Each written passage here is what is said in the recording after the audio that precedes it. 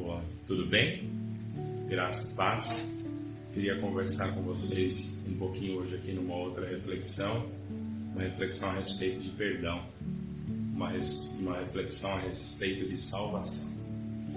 Na verdade, quando nós analisamos a nossa concepção, nós fomos criados por Deus, a nossa origem foi criada por Deus.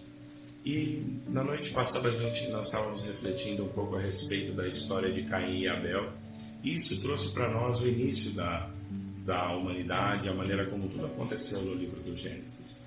Se nós olharmos para essa concepção, o homem foi criado à imagem de Deus e à sua semelhança, e na verdade o homem foi criado imortal.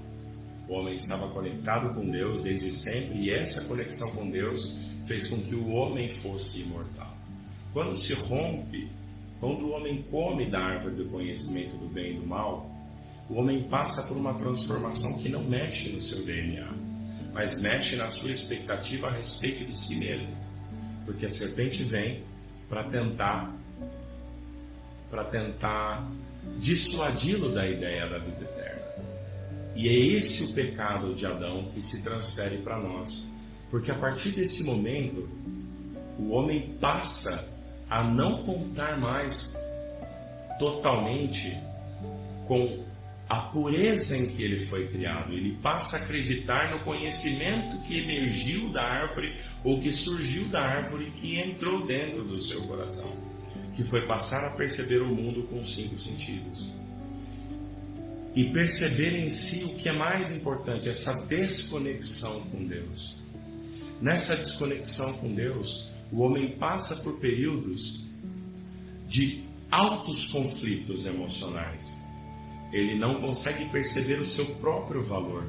Ele não consegue entender dentro de si mesmo onde ele pode encontrar o norte da verdade. E tomado por esse sentimento, quando Adão foi tirado, ou quando ele foi retirado daquele jardim do Éden, que para nós é o simbolismo da pureza total, da comunhão total, quando ele é tirado daquele lugar, numa maldição que na verdade eu particularmente não entendo como maldição, mas como apenas uma consequência dessa nova configuração na mente dele, o adversário entra e faz o quê? Ele faz com que você acredite que você realmente não faz mais parte dessa primeira vocação. É por isso que veio Jesus Cristo depois. Mas eu queria falar um pouquinho com você sobre perdão e salvação hoje. Queria focar um pouquinho na figura de Caim e na figura de Abel. Caim foi o primeiro filho de Adão e Eva. Esse homem foi criado e, na tradição judaica, o nome que é apresentado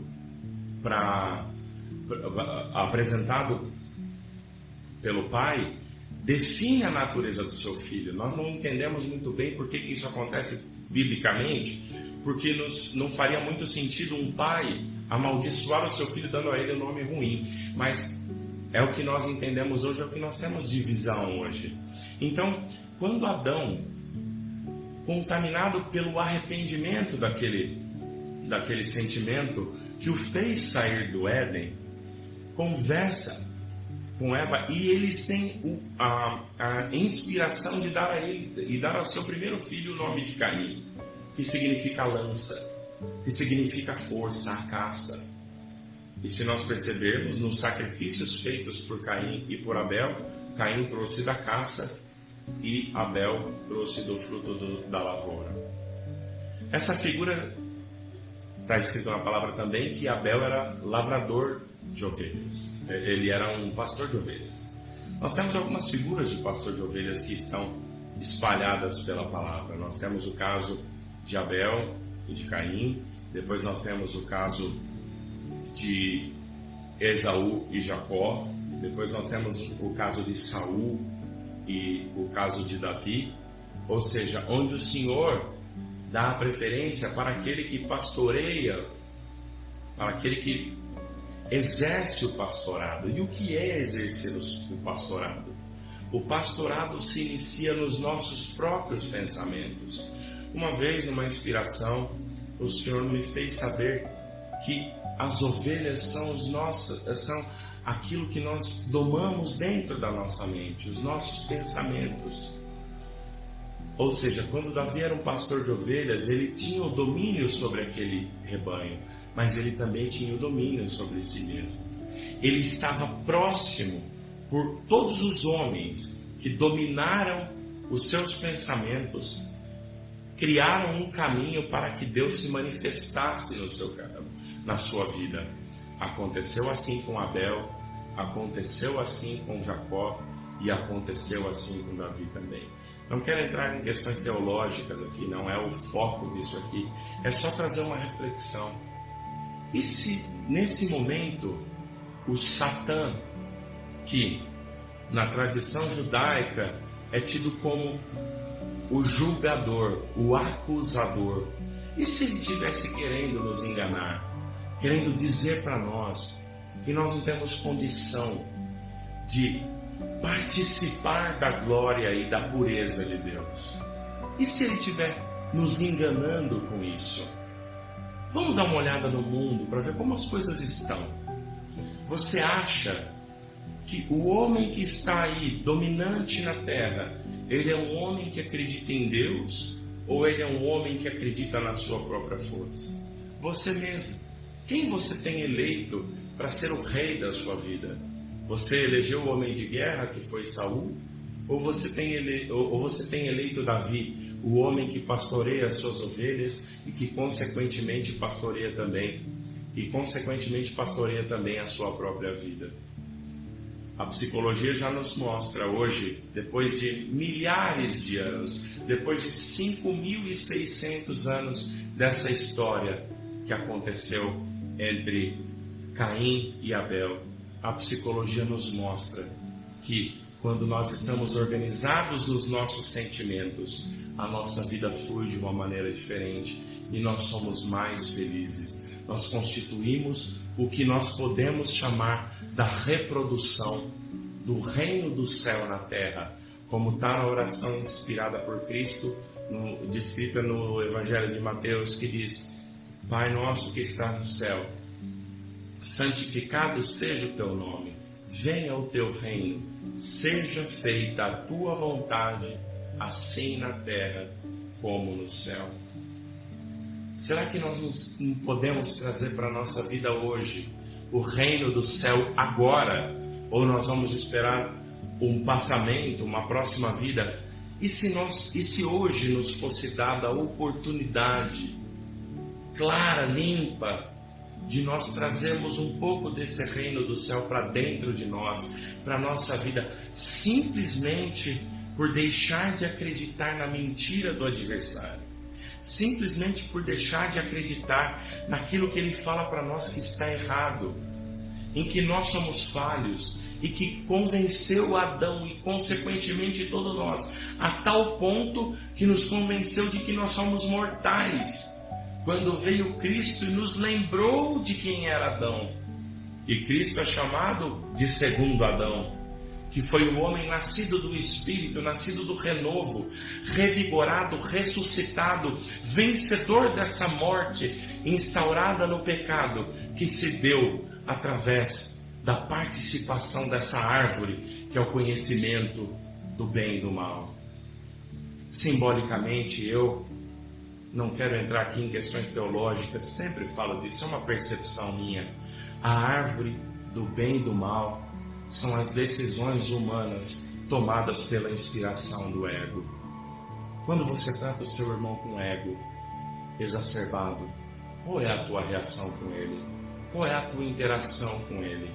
E agora, quando você entende que teu irmão é parte de você, que ele está dentro do seu coração, como parte sua, qual é o tratamento que você dá para ele? Aquele samaritano que cuidou daquele homem, nada mais era do que Jesus. O símbolo daquele homem era Jesus, um homem que vem de uma natureza, que vem de uma outra natureza, e que viu um homem caído no chão, e que viu os seus irmãos de raça e de carne passarem por ele e não darem atenção. Jesus veio de um outro paradigma, de uma outra forma de pensar, olhou para aquele homem e disse para aquele homem aquilo que ele precisava ouvir.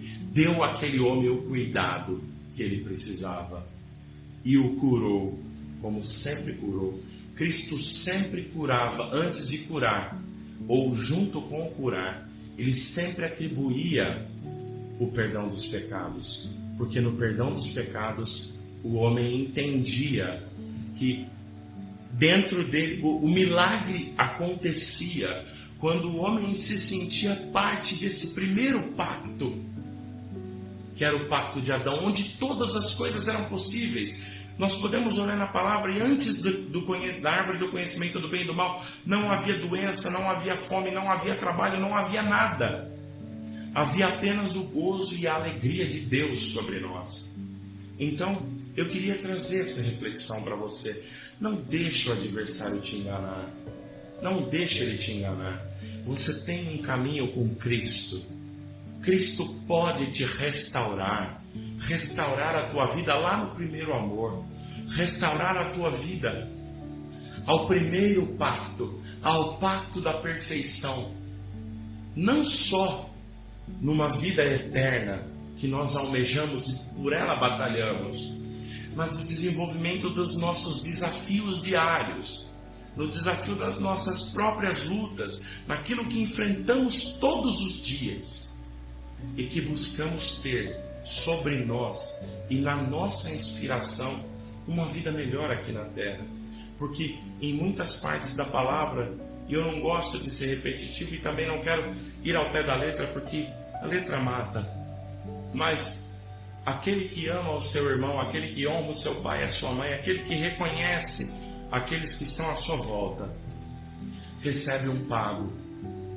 Aquele que dá aos pobres recebe 100 vezes aqui na terra e multiplicado muitas vezes no céu. Então, obrigado pelo tempo. Se você acha que essa mensagem pode chegar a alguém que precisa dela, encaminha, divide o nosso canal, divide as informações que nós estamos passando aqui. O tempo é curto, mas eu queria deixar um abraço para você e queria te lembrar de quem você é, a natureza de ser humano com a qual você foi criado. Um grande abraço, fiquem com Deus, nos vemos nos próximos vídeos.